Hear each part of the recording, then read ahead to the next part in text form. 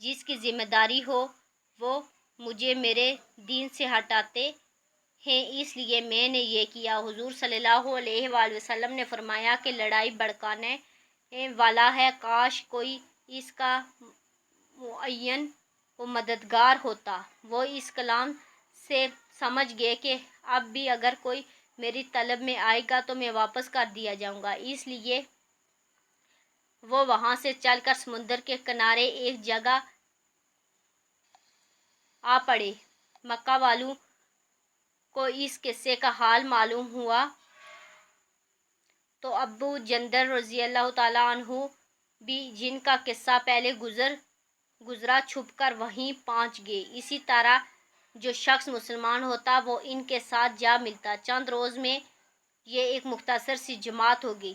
جنگل میں جہاں نہ کھانے کا کوئی انتظام تھا اور نہ وہاں باغات اور نہ آبادیاں، اس لیے ان لوگوں پر جو گزری ہوگی وہ تو اللہ ہی کو معلوم ہے، مگر جن ظالموں کے ظلم سے پریشان ہو کر یہ لوگ بھاگے تھے، ان کا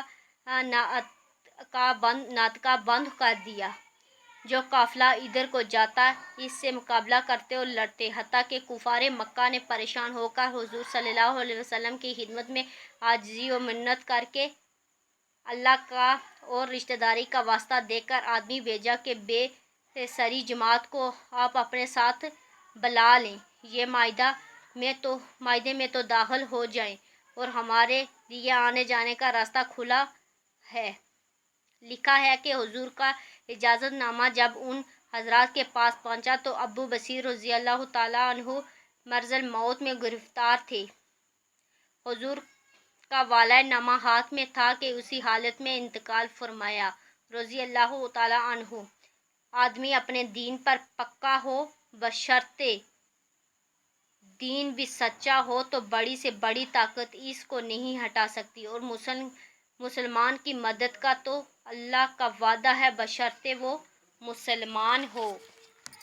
میرے اس چینل کو سبسکرائب کریں اور بیل آئیکن کا بٹن پریس کرنا نہ بھولیے گا۔